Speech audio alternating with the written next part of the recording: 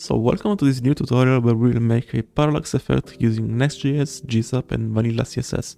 I will start by creating the main container with the class name of parallax outer and another div with the class name of parallax, which is where all the animation will be placed. In the CSS I will add the root with two constants. One is for the background color and one is for the color for the text, and I'm putting both to the body. The parallax outer should have the overflow hidden, and I want the parallax to be just a bit more taller than 100%.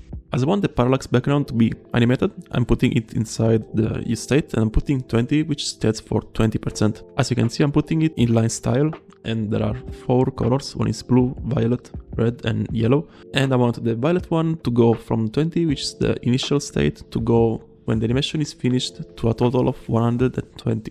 Now we can finally start to add the images. I will start by the mountains. I will make every image inside the parallax to position absolute, and I want the mountains to take the whole width. I will also add the sun, and the sun will be horizontally in the middle and a bit more in the bottom. I'm also adding the clouds, where one cloud is like taking the full width of the page, one is totally to the left and one is totally to the right. And as a final touch, also adding the stars. Now also adding some copy with an H1, it can be your CTA, your call to action, and a button. I want the all copy to be positioning with absolute. I want all the content to be centered, and I want to put the Z index to 0, so it will be between the sun and the mountains. The H1 of course is more big, and the span will look like a button. Now before we start the animation, I'm adding some spacing on the bottom. It is just an H2 and a paragraph to make just some spacing in the bottom. So right now I'm just referencing all the stuff that I need to animate. And as you can see, I'm referencing all the images, also the div, and the span, because I want to animate also the span separately. Before we continue, I want also to put the copy all the way down with bottom 0, and I want to put an opacity of 0. So in this case, I'm using gsap.context and I'm putting all the animation inside it, because by default React uses the strict mode, and the strict mode in development can cause some issues. Usually you find every time problems when you're using that from operator from gsap, but in this case I was also finding problems because maybe I was using a timeline, there was some problems and I didn't want to put strict mode to false because you need on development. So I'm just registering ScrollTrigger and I'm using the timeline. With the timeline I want to put some default values, in this case just the duration. Each element in the timeline will be a duration of 1 and we don't need to write it every time. I'm also calling the ScrollTrigger and we have a trigger which is the parallax ref. We want the animation to start immediately, so it's top. You can also put 1 as a number, it's totally the same. We want the animation to end as soon as the user scrolls for 5000 pixels. The scrub is put to true, so the user will see the animation when he scrolls up. The pin to true, so it means it's pinned, so it's fixed.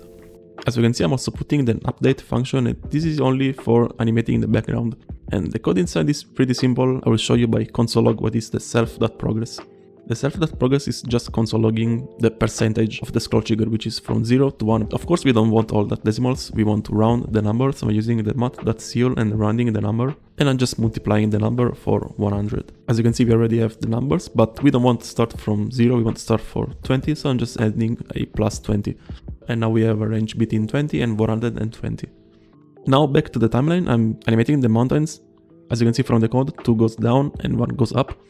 I'm animating the stars to finally be visible and setting the top to 0. I also want the stars to start at 0.5 seconds after the timeline has begun. I want the clouds in the bottom to just disappear, so I'm just putting opacity of 0. The cloud on the left should be all the way to the left, and the clouds on the right all the way to the right. Then also the sun, I want it to be more down. I'm making the copy to visible and also the bottom after 1.5 seconds after the animation has started. I also want to return the context that the revert. This is just for cleanup when the component gets unmounted, and the animation is already working. Now the animation right now is not that much responsive. If you want to make it responsive, you have to tweak the animation. I'm also adding in the description some links about the strict mode in React. The problem was that with strict mode, the use effect is kind of run twice, so the animation was not working properly, so I just found some solution and I'll put the link in the description.